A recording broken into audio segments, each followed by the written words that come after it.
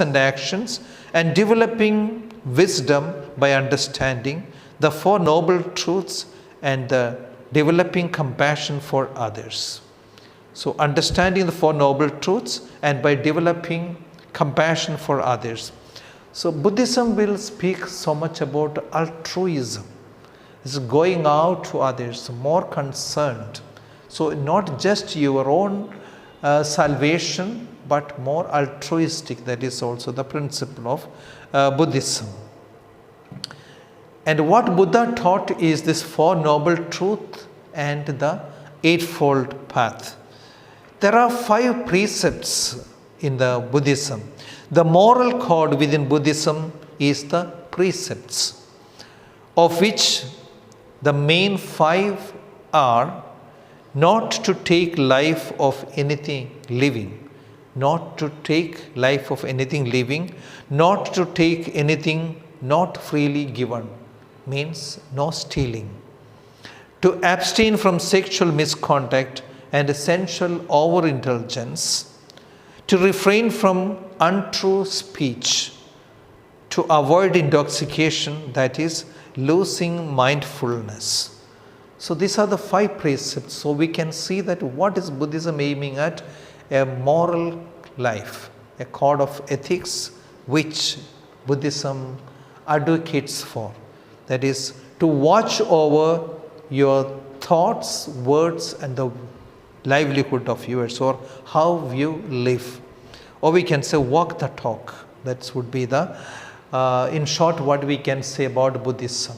So it tells that the Four Noble Truths, the first truth telling that there is suffering. Second, what is the cause of the suffering? Third, is it possible, is there any cessation as such? And fourth Noble Truth tells the ways and means of putting an end to the suffering. What is the aspect of karma? That will come so much in the Indian philosophy. Practically all the systems will speak about the theory of karma.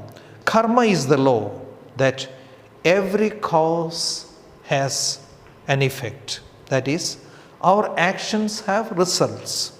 This simple law explains a number of things. Inequality in the world, why some born handicapped and some gifted, why some live only for a short time. Karma underlines the importance of all individuals being responsible for their past and present actions.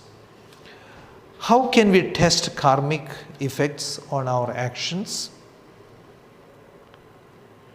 The answer is summed up by looking at the intention behind the action. 2, effects of the action on oneself. 3, the effects of the action on others. So what action is going to be morally correct? Intention behind the action, the effect of the action on you, and the effect of the action on others. So that will clearly tell what type of action they are going to be. What is wisdom? Because we have said it's a philosophy. Philosophy means a love of wisdom. What is that wisdom taught by the Buddhism? Buddhism teaches that wisdom should be developed with compassion. Wisdom should be developed with compassion.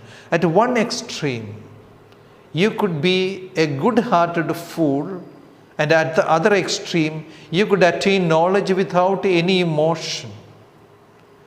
Buddhism uses the middle path to develop both.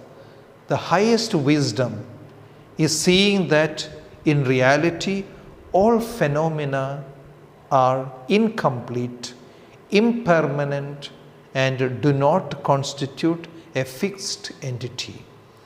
So, what is the highest wisdom in Buddhism?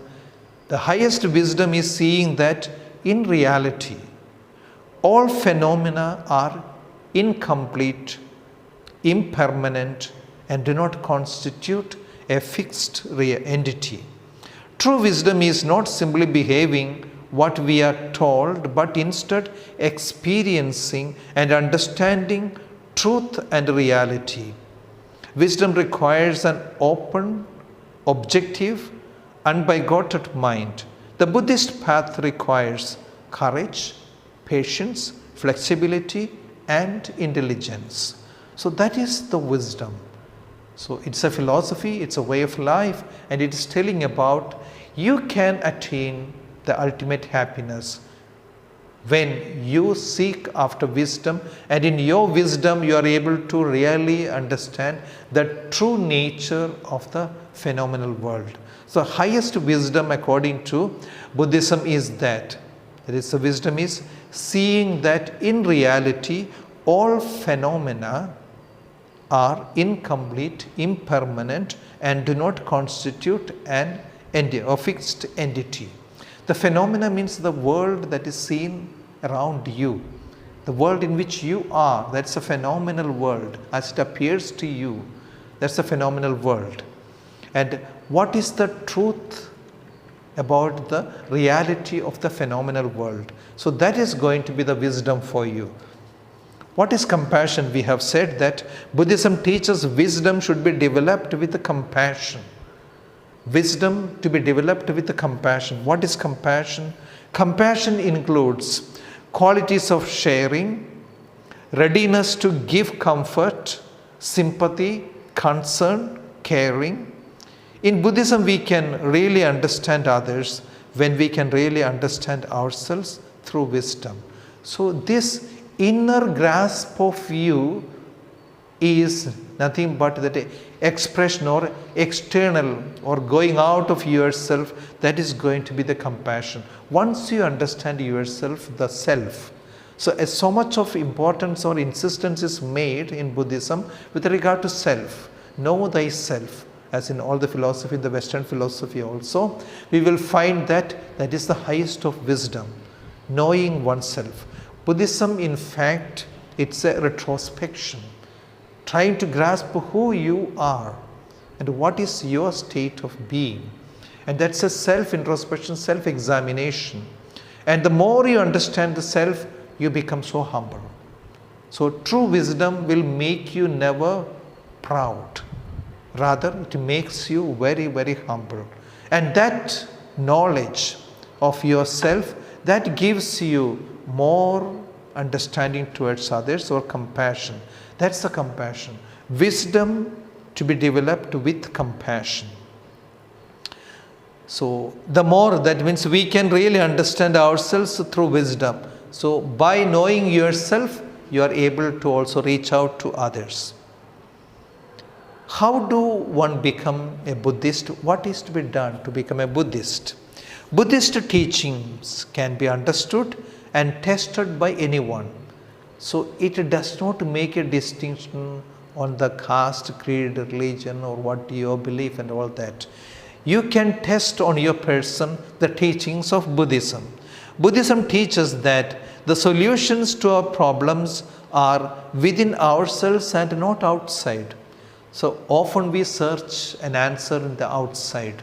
Why this problem? Why this suffering of me? What's the cause? So always I am searching outside for a reason. Buddhism will tell, search within. There you get the answer.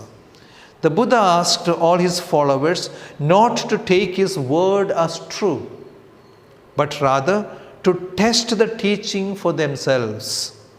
In this way, each person decides for themselves and takes the responsibility for their own actions and understanding. This makes Buddhism less of a fixed package of beliefs which is to be accepted in its entirety, and more of teaching which each person learns and uses in their own way. So if you are going to adhere yourself to any particular religion, then the religion has got already certain precepts, certain laws and regulations guiding that religion, or precepts which unquestioningly you will have to accept. But here, Buddha himself told his followers, do not take me for granted because I have said it, rather test it on yourself. what I have said, and only when you get convinced, accept that. So do not give any weightage to my personality, or because I have said it, that is going to be true. Do not take. Rather, test it. Test it on your person, the veracity of the teachings which I have given. So Buddhist teachings can be understood and tested by anyone. Poor, rich, different faith beliefs, atheist, and anybody can look into that and test it on himself. Buddhism teaches that the solutions to our problem lies within and not without. The Buddha asked all his followers not to take his word for granted or as true, but rather to test the teaching for themselves. So do not accept unless and until you yourself become convinced of the teaching. Now we go a little bit into what is this Buddhism. So we have seen a short introduction to Buddhism, where how it originated, what was, who founded it, and how did Siddhartha Gautama became Siddhartha Gautama Buddha, or what made him to change over, what were the events which led him to. And then once he became enlightened, then he began to teach. What did he teach? He taught the Four Noble Truths about the life of man. Why there is sorrow? What is the reason for the sorrow? Is there a possibility of putting a full stop to that? And what are the ways and means of doing that? Added to that, he has shown us the Ashtanga Marga, eightfold path, which in fact tells about a moral life. It means a right view, right perception, and all that is coming under that. So right livelihood and all that. So it will tell us how to be a very moral person. So we go into detail. What is Buddhism? We have heard a lot of our ideas about, the stories about Buddha is well known to us. What is Buddhism? Buddhism is a path of practice and spiritual development leading to insight into the true nature of reality. So Buddhism is a path of practice and spiritual development leading to insight into the true nature of reality. What is reality? The reality that is existing in the phenomenal world around you. What is the reality? And often we mistake the reality to that which is existing around. They are the truth about, or all true about. The reason why man has got desires after desire is on account of that. So he is not understanding what is the true nature of the phenomenal world. Once he really grasps the true nature of the phenomenal world, then there would be a lot of difference in the approach to the phenomenal world. As per the understanding of the Buddhism is that the highest wisdom is seeing that in reality all phenomena are incomplete, impermanent, and do not constitute a fixed reality. They are not going to give you the permanent happiness or the joy. The more you have, for example, that of the possession or the wealth, or too much of the overindulgence of the sex life and all that, you feel that it is not satiating you. Or rather, you become more and more disappointed the more you have. For example, the possession which you have, the wealth, once you have so much amassed, then what becomes? You become so frightened, so fearful, somebody is going to steal it the next day. So instead of bringing you happiness, on the other hand, it is going to make you very, very sad and depressed, or totally constant fear of losing that. So instead of making you a happy person, it is quite the reverse of that. A similar aspect could be told about the power, the position, the wealth which you have. or overindulgence in sex and sexual activities. So these are not going to give you that permanent happiness. It is fleeting realities or fleeting momentary happiness. So Kshanika, from moment to moment you become. So that's all what is the reality about that. So Buddhism is a path of practice and spiritual development leading to insight into the true nature of reality. So we need to know what is the true nature of the reality. Buddhist practices like meditation are means of changing yourself in order to develop the qualities of awareness, kindness, and wisdom. The experience developed within the Buddhist tradition over 1,000 years has created an incomparable resources for all those who wish to follow a path which ultimately culminates in the enlightenment or Buddhahood.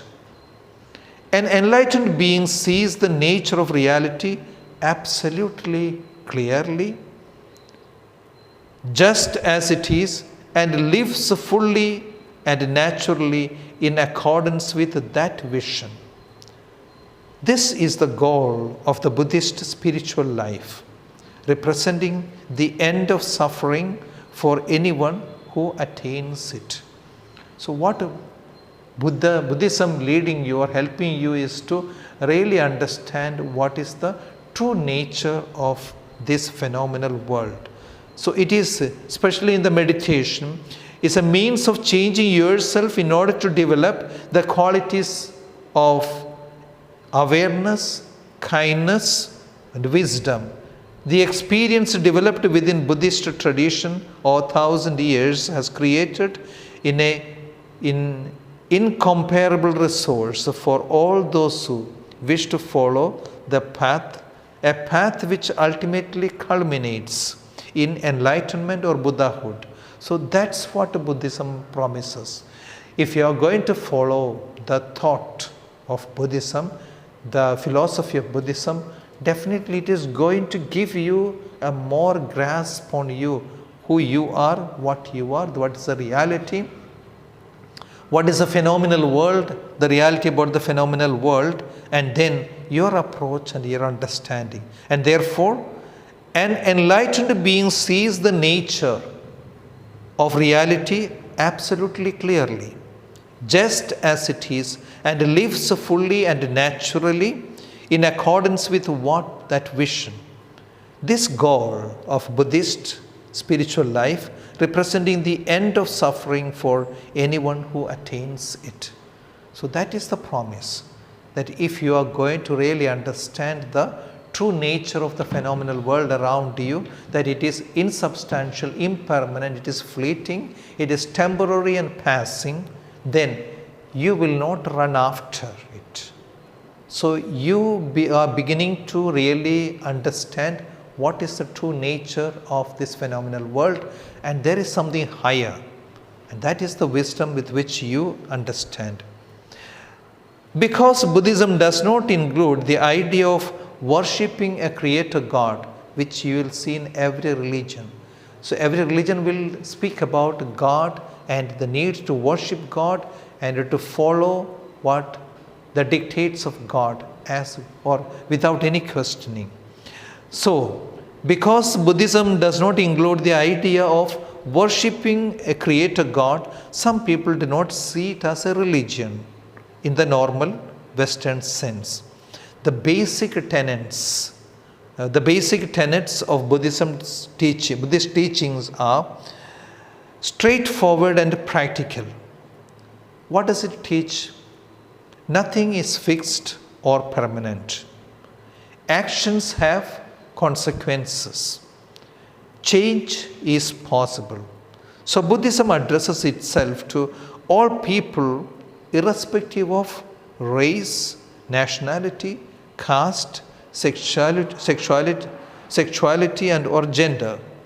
It teaches practical methods which enable people to realize and use its teaching in order to transform their experience, to be fully responsible for their lives. So what does it teach?